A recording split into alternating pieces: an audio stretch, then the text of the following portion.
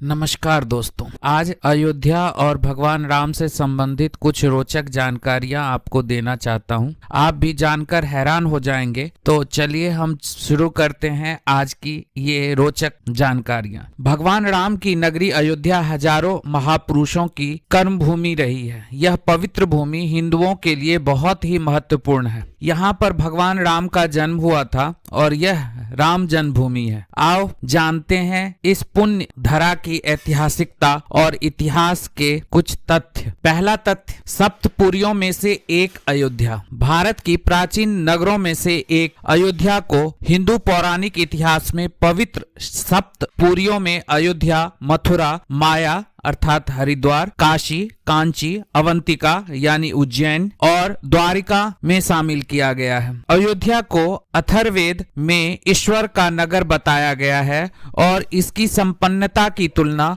स्वर्ग से ही की गई है। स्कंद पुराण के अनुसार अयोध्या शब्द कार ब्रह्मा, य कार विष्णु तथा ध कार रुद्र का स्वरूप है। अयोध्या की गणना भारत की प्राचीन सप्तपुरियों में प्रथम स्थान पर की गई। अब दूसरी जानकारी दोस्तों, पौराणिक कथाओं के अनुसार ब्रह्मा से जब मनु ने अपने लिए एक नगर के निर्माण की बात कही तो वे उन्हें विष्णु जी के पास ले गए। विष्णु जी ने उन्हें साकेत धाम में एक उपयुक्त स्थान बताया। विष्णु जी ने इस नगरी को बसाने के लिए ब्रह्मा तथा मनु के साथ देव शिल्पी विश्वकर्मा को भेज दिया। इसके अलावा अपने रामावतार के लिए उपयुक्त स्थान ढूंढने के लिए महर्षि वशिष्ठ को भी उनके साथ भेजा। मान्यता है कि वशिष्ठ द्वारा सरजू नदी के तट पर लीला भूमि का चयन किया गया और यहाँ विश्वकर्मा ने नगर का निर्माण किया।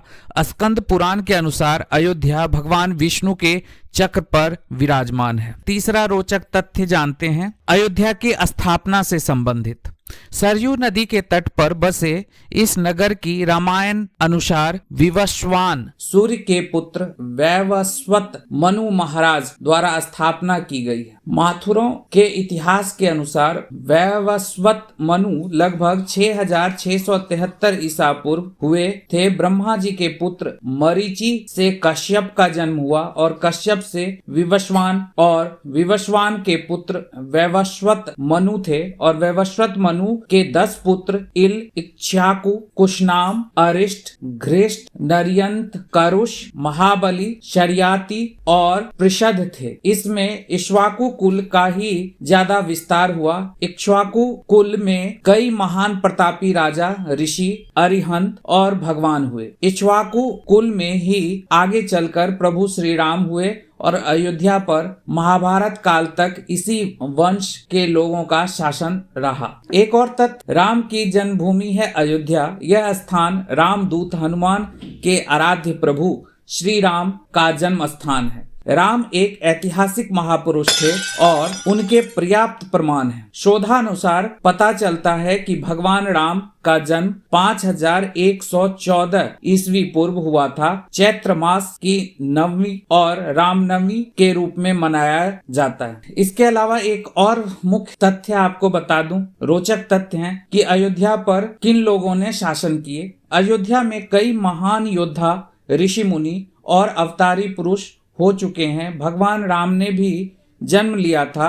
जैन मत के अनुसार यहाँ आदिनाथ सहित 5 तीर्थकारों का जन्म हुआ। जैन परंपरा के अनुसार भी 24 तीर्थंकरों में से 22 इक्ष्वाकु वंश के थे। इन 24 तीर्थंकरों में से भी सर्वप्रथम तीर्थंकर आदिनाथ, जिन्हें ऋषभ देव जी के नाम से भी जाना जाता है, के साथ 4 अन्य तीर्थंकरों का जन्म स्थान भी अयोध्या में ही है। बौद्ध मान्यताओं के अनुसार बुद्ध देव ने अयोध्या अथवा साकेत में 16 वर्षों तक निवास किया था। मध्यकाल में अयोध्या के क्या हाल थे, इससे संबंधित कुछ तथ्य जानते हैं। नगर मगध के मौर्यों से लेकर गुप्तों और कन्नौज के शासकों के अधीन रहा।